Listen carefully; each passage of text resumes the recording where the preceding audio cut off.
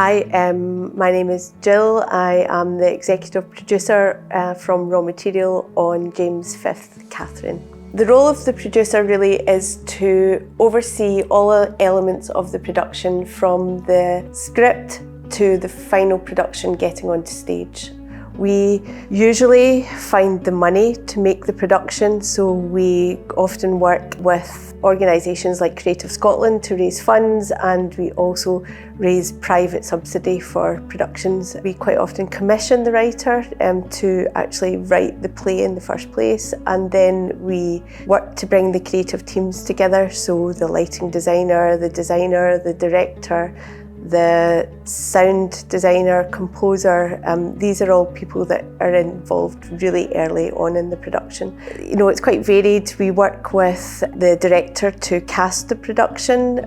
We oversee the production teams. It can be really fun and exciting, but it's also a lot of hard work as well. We deal with the kind of day-to-day budgets of making sure everybody gets paid in time and looking after the teams. So it's a real balance of lots of different aspects. Some days I will be at home just ploughing through emails, doing spreadsheets, doing budgets, working out like marketing plans with the marketing team. That work goes on all throughout the year on various productions. When we're in production, like now with James 5, it's very different. It's more of the fun part of it.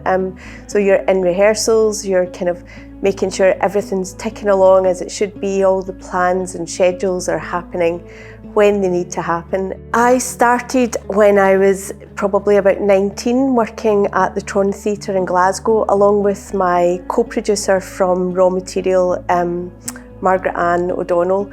We met at the Tron and we both worked in various theatre productions over the years. It was a really hands-on learning. Like I worked in various departments of various theatres across Glasgow. I worked at front of house, I was assistant to a director, I worked in the bars, and it was really hands-on learning from every department in the theatre. And the one thing I would say to anyone who wants to be involved in this kind of job is you really need to understand what everybody else's job is in making a show, and the best way to do that is to volunteer or try and get work experience. One of the key things that I did during that time, I think, was work as an usher at front of house, and what that does is gives you the ability to watch the same show multiple times, and I just can't say enough how much you learn from that. You see things that a normal audience member would never have the kind of ability to see, because you're seeing actors changing things, you're seeing directors giving notes, all these nuanced things that you notice when you watch the same show over and over again. So yeah, I would say get a job at front of house. There's various producer training programmes around just now. The Federation of Scottish Theatre offer good kind of bursaries and work experience type things.